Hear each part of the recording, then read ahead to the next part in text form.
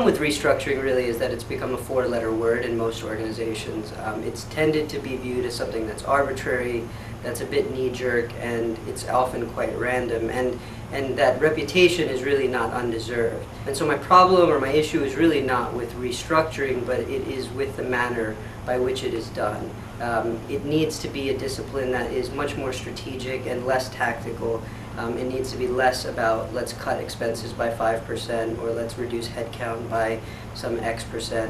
And so I think that's the issue with restructuring. So we tend to think of restructuring as trying to make changes. So we get rid of one management layer, we move something offshore.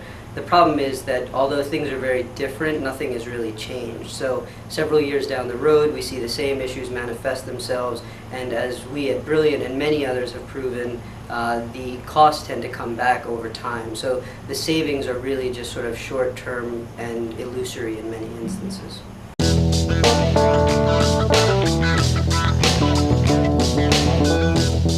The first thing I would say is that to do nothing that's knee-jerk.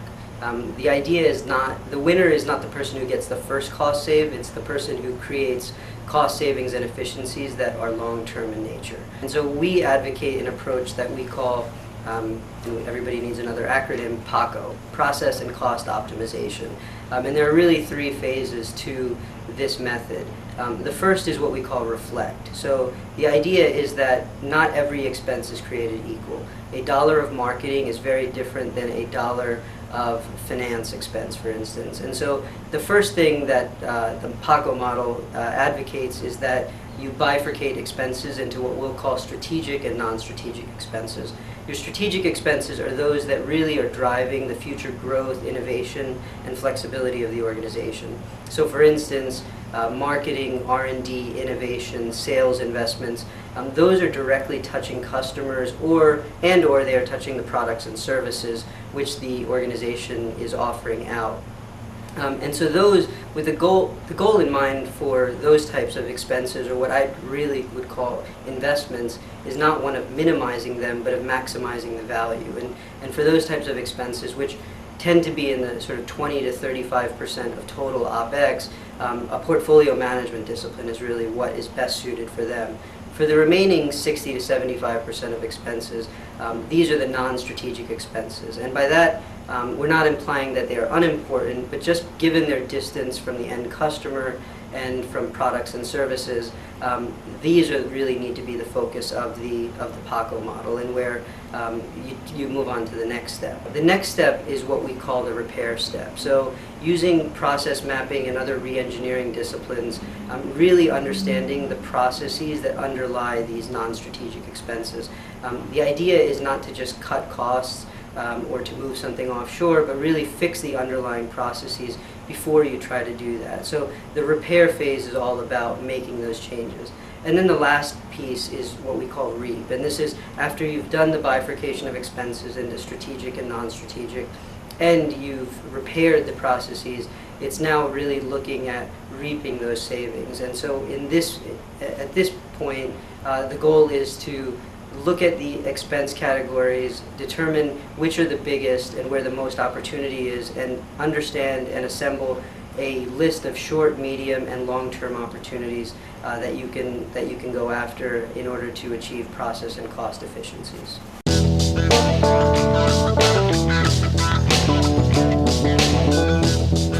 The biggest thing is really, as with any change management effort, it is getting senior management on board with this.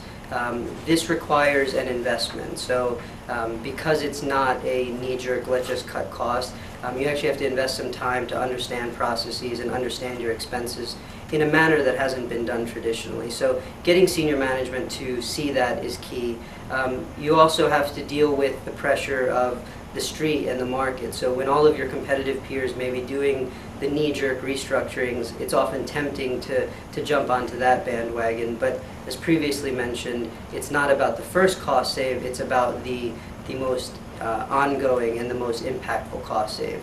And then from there, it's really about making sure that senior management understands the benefit. So in this case, what we've seen is that $1 invested in the PaCO methodology can yield a 20 to 25 times return, and that return is one that's ongoing. So it's $1 invested today, would actually yield cost savings and efficiencies that are not just in this year, but on an ongoing basis.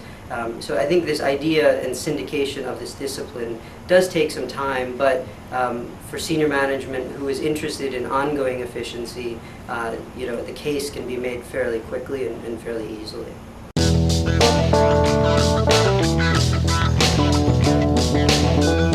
The first thing to do really is to get that understanding of expenses, and this can be a bit controversial.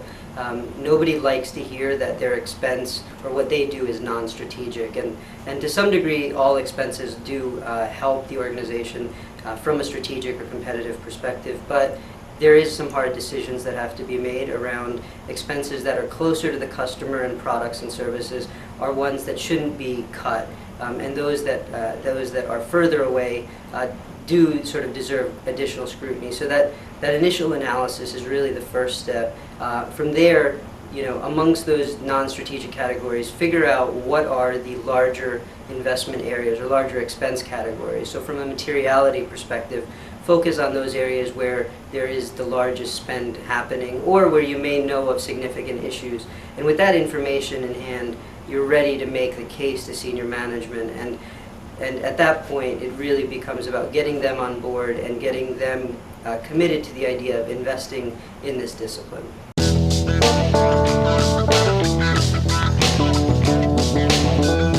Absolutely. So I would say that doing any change management effort, whether it is this or another one, if it doesn't help increase organizational competitiveness, it's really not worth doing.